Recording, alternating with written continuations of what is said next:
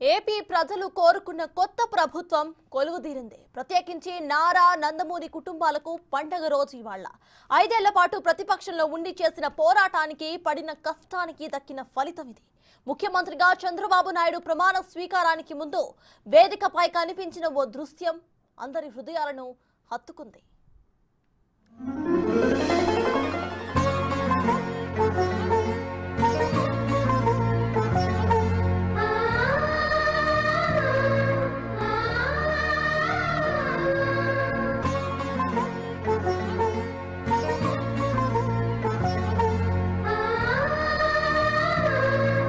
అన్న అమ్మలో సగం నాన్నలో సగమని ఊరకనే చెప్పలేదు. అది కొటేషన్ అని లైట్ తీసుకునేవాళ్లు ఉన్నప్పటికీ అదే నిజం.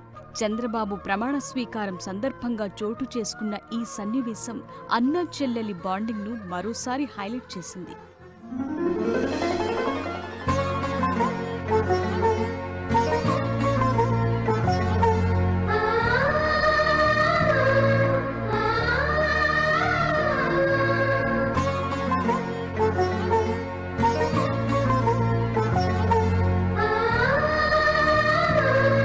స్టేజ్ పై ఉన్న నారా భువనేశ్వరికి తన అన్న బాలకృష్ణ నుదుటిపై ముద్దు పెట్టారు.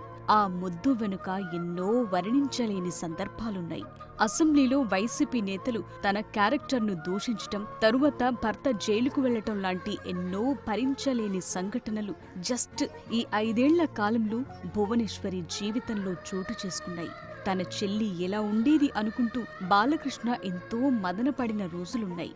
ఆ రోజులను గుర్తు చేసుకుంటూ అన్నయ్య తన చెల్లి నుదుటిన ముద్దు పెట్టాడు. ఆ ముద్దుతో అన్నయ్య బాలకృష్ణ తన మెసేజ్ను కన్వే చేశాడు.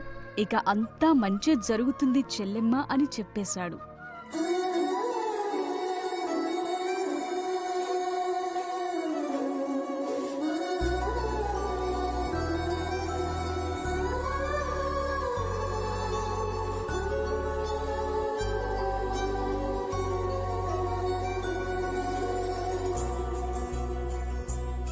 వాస్తవానికి చంద్రబాబు గెలుపు వెనుక అందరూ ఉన్నారు.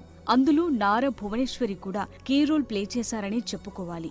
నిజం గెలవాలి పేరుతో యాత్రలు చేయటం, చంద్రబాబు జైల్లో ఉన్న సందర్భంలో పార్టీ మీటింగ్స్ అటెండ్ చేయటం, కార్యకర్తల కుటుంబాలకు ఆర్థికంగా సాయం చేయటం లాంటి ఎన్నో కార్యక్రమాలతో భువనేశ్వరి తన భర్త గెలుపునకు దోహదపడ్డారు. మంచి రోజులు రాకపోవు అనే నమ్మకమే భువనేశ్వరిని నిలబెట్టింది. అది ఇప్పుడు ఆవిష్కృతమైంది.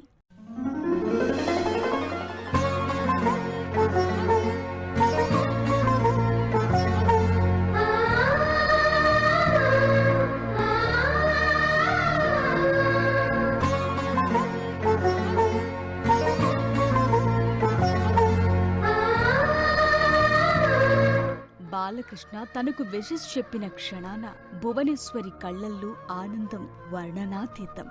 ఇదే అన్నా చెల్లెల అనుబంధం అంటే.